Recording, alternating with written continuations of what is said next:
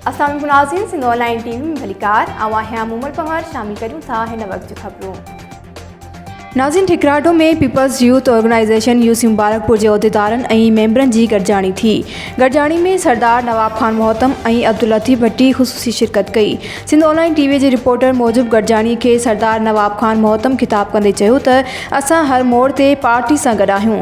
उन मौक़े ते सजाद हुसैन मंगी, अब्दुल लतीफ़ भट्टी ऐं ॿियनि ॻाल्हाईंदे चयो त असां अवामी मसइलनि खे हल कराइण जे लाइ ॾींहुं राति कोशान रहंदासीं।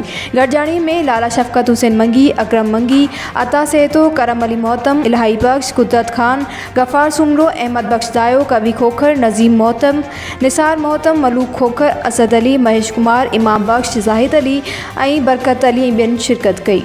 वधीक ख़बरुनि अपडेट्स जे लाइ ॾिसंदा रहो सिंध ऑनलाइन टीवी।